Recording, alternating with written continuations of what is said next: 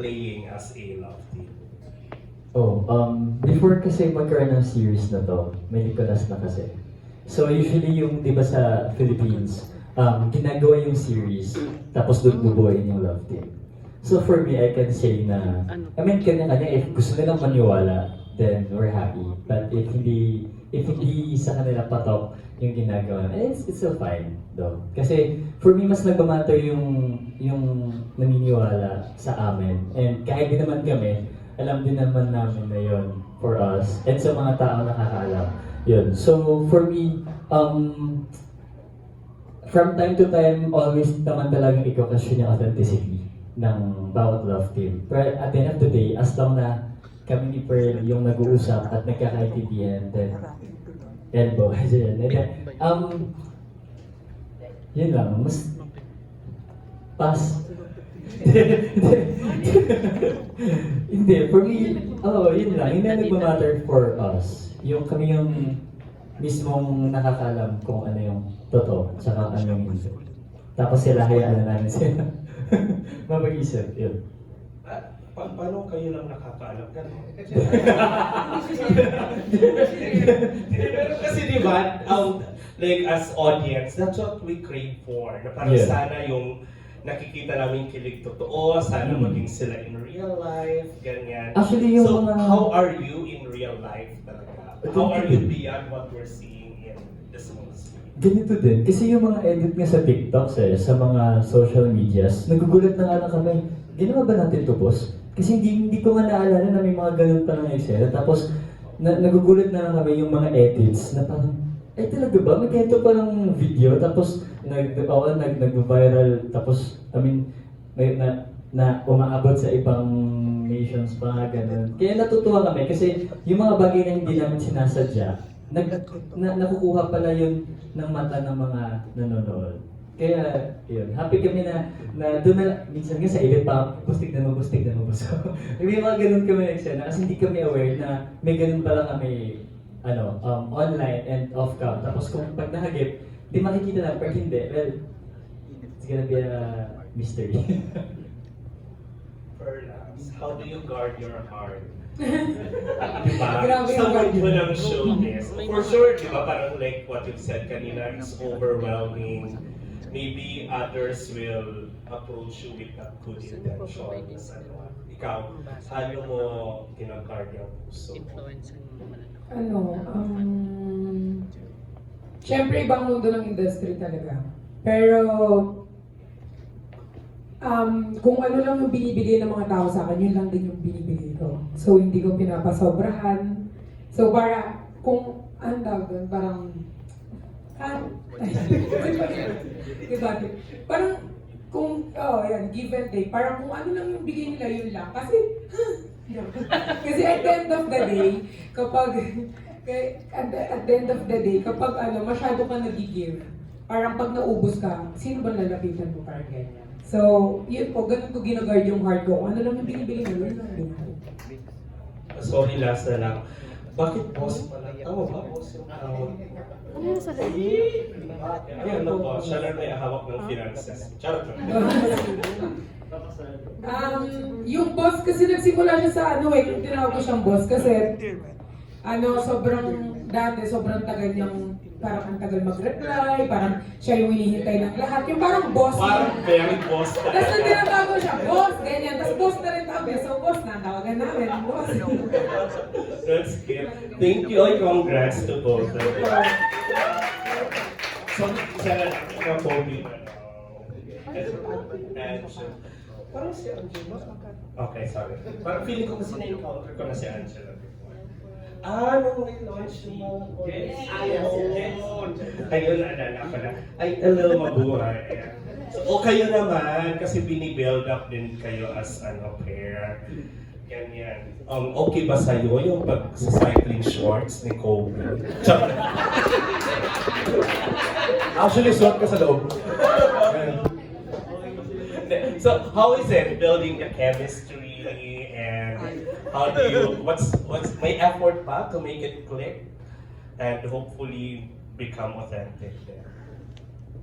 Same as kay Pat, tsaka kay Cheska. Kasi first time ko maka-work si Angela. Hindi kami nakapag-workshop ever, magsabay. Tapos first time namin sa series na to na magsama, tapos kami pa yung parang partners, love team. So, same as them, parang natural din yung chemistry namin.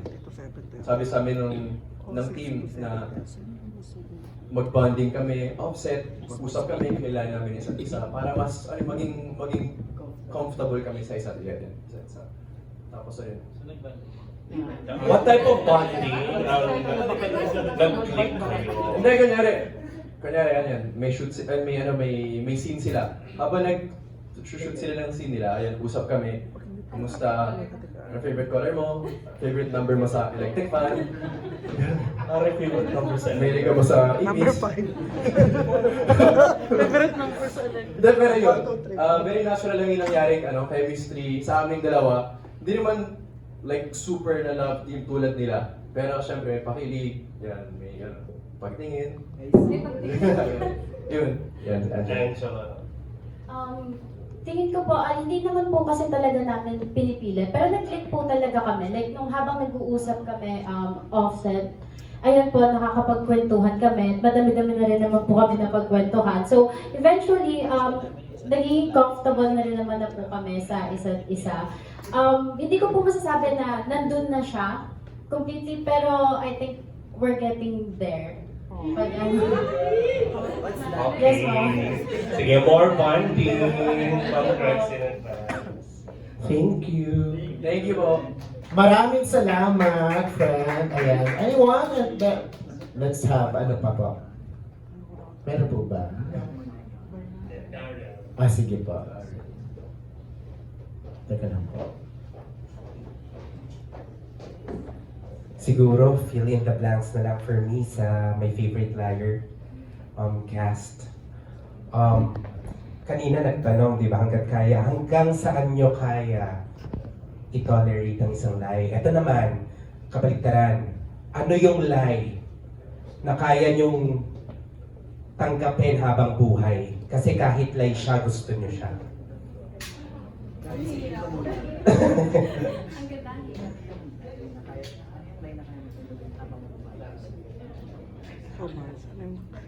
Isa lang, pwede yung Marami ba?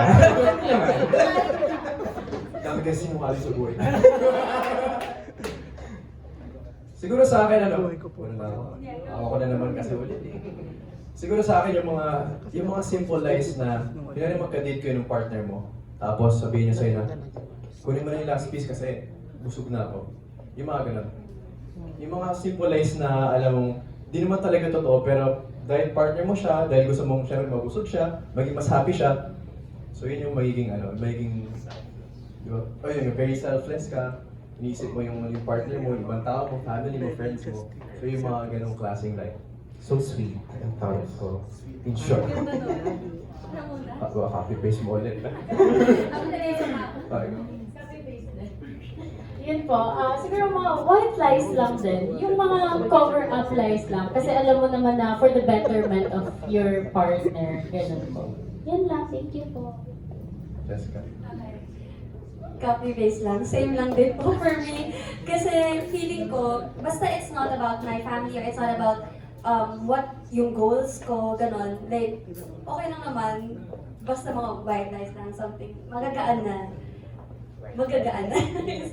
Yeah, same as them na magagaan na. Kasi kapag yung sobrang, yung hard, like parang yung hindi mo kayang tanggapin, so parang mahirap siya. So, yeah. Yun, mga simple bagay lang din. White lies lang din. Yes po. Simple lies. Thank you. Sa 1, 2, 3 boyfriend ni Marie naman, filling the blanks din. 1, 2, 3 boyfriend ni Marie, connecting to my personal life, araw-gabi, ako ay...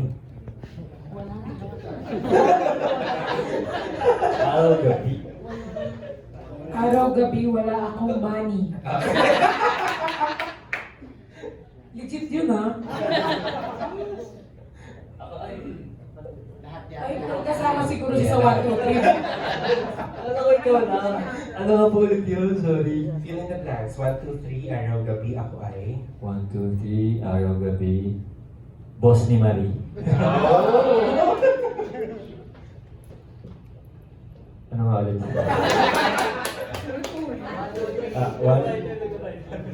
One. Araw-gabi ako ay sleepy. Kasi gabi na. Wala akong maisip eh. Kaya yung sinabi mo. 1, 2, 3, araw-gabi. Third boyfriend ni Marie.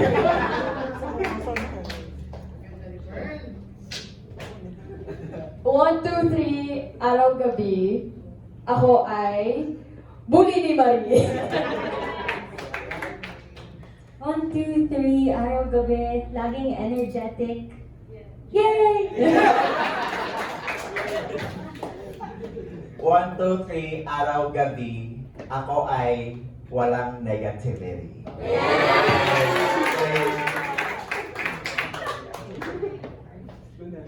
One, two, three, araw-gabi ako ay laging yummy.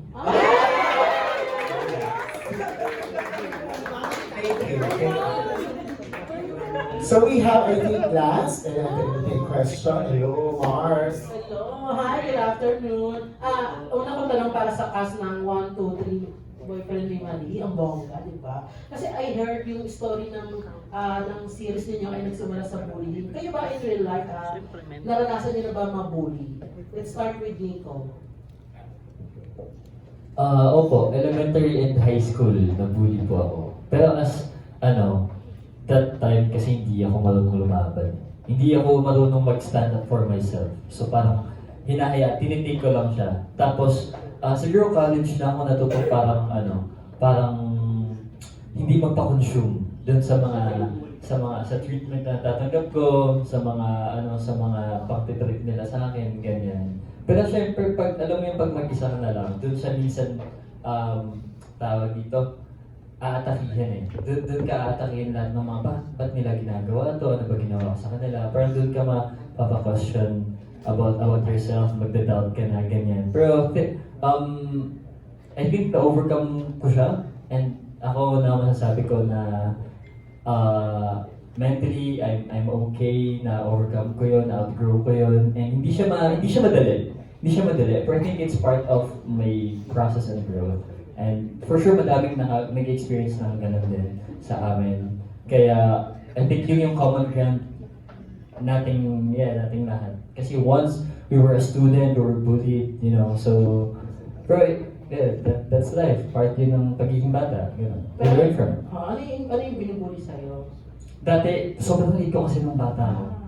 So pag naglalaro, hindi nila ako sinasali. Tapos minsan, physical nila akong binubully, like, alam nila hindi ko kaya lumaban. So like, itutulak, ganyan, tapos madadapa ako, tapos yung pagtitripan ako, like, siyang bata, volleyball, gawin mo to, ganyan. Tapos ako naman, gusto ko mag-fit in sa kanila. Ganun. So ako naman tong parang i-go ko. Tapos, yun, at the end of the day, wala. Ganun pa rin naman talaga. I think, as a bata, na-enjoy ko naman siya, I think, and part siya ngayon kung ano ako. And I can feel people who's also experiencing the same thing. How about Perlas? Ako, siyempre sa skin color, laging nabubuli. Pero, di ko kasi na-experience nung bata ako mabuli eh. Mas na-experience ko siya nung pumasok ako sa modeling, sa runway. So, parang, more on kapag yung skin color mo hindi ganun, parang, kasi, siyempre, aminado naman tayo na-discriminate yung mga black.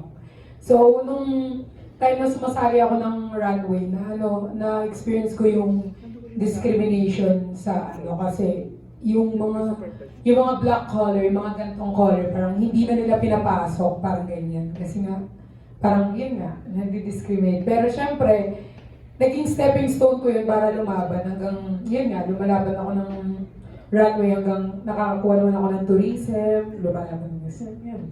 Doon lang ako nag-start na bully sa Sa runway. Opo, sa runway. Buti hindi ka sumuko. Hindi kasi, parang hindi ko personality ang sumusuko eh. Parang lumalaban lang ako. How about Eli?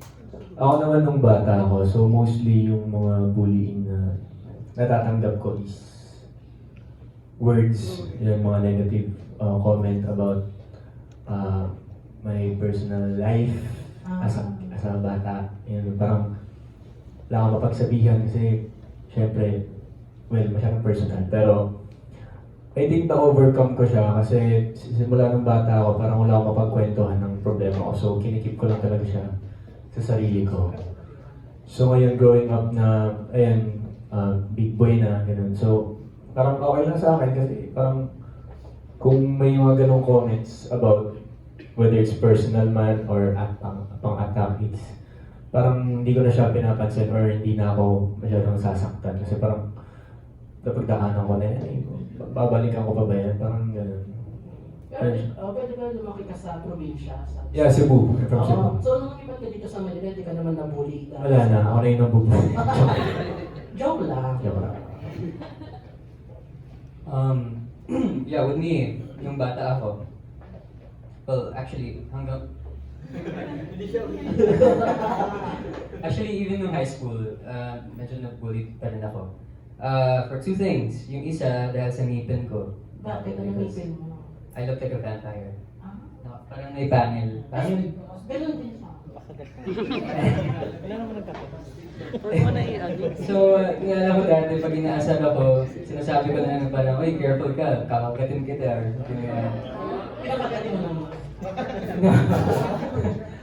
The other one naman, kasi I'm half Spanish.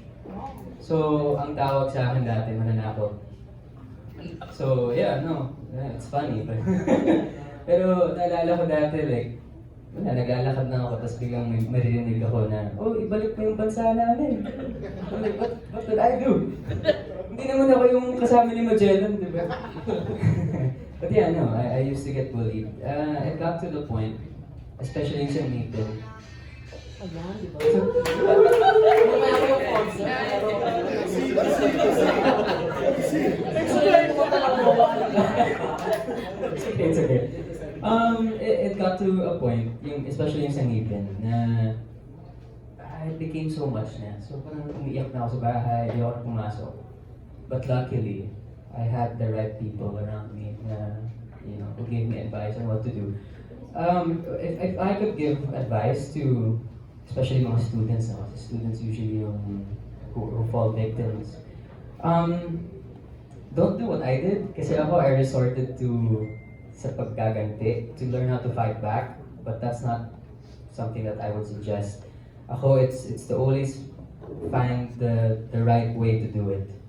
That doesn't involve violence, or insulting somebody else. You report it to the right people in your school.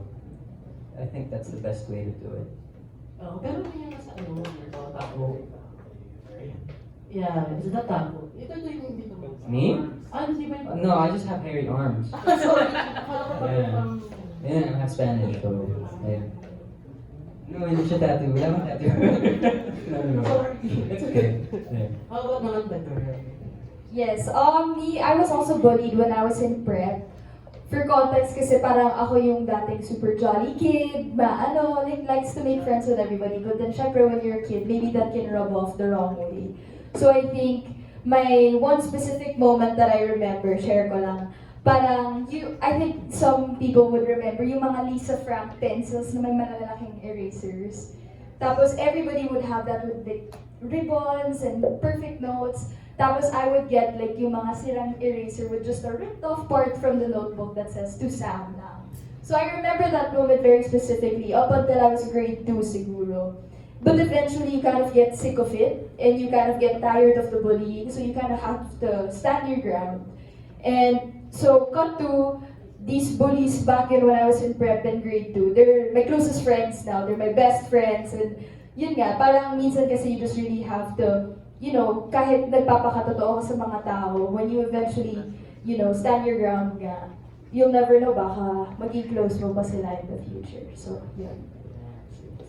Ako naman, medyo nabully ako like 3 times sa buhay ko. Yes, binilang ko po. Pero like, nung grade 1 po, may nainggit sa pencil case kong cute. So, ipitin niya yung fingers ko sa table. Like, core memory siya sa akin. Tapos, nung grade school, like grade 7, may hindi ako na-invite sa birthday ko. Tapos, sobrang yung dinibdib na hanggang nag-graduate na kami ng school. Nag-hair flip pa rin siya sa akin, binubunggo niya ako pag nakikita niya ako sa mall. Pati yung nanay niya, madaming sinasabi sa nanay ko, kahit na grade 7 pa yun, na hindi ko siya na-invite. Bakit mo kasi siya in-invite? Hindi ko din naisip eh. Basta ganun, tapos may mga pinangsasabi na siya, may pinanggagawa na siya, na pati yung school, iniiyakan niya, basta complicated. Anyway, tapos nung college, may mga like, kunwari sa group work na isa, parang may TV commercial shoot kasi ako noon, tapos parang biglang sinasabi na nila sa akin na hindi na ako umaambag, pero as in like gumawa pa sila ng separate group chat para lang pag-usapan ako and all, pero sumali naman ako dun sa call, tapos nakamute lang naman ako, basta like mga little things na pinapalaki ng tao because of inggit, or like may umiiyak dahil may ganun ako. Bullying na din yun sa akin kasi parang bakit mo kailangan iyakan ang meron ng iba? Basta yun lang po. Thank you. Yan, Okay,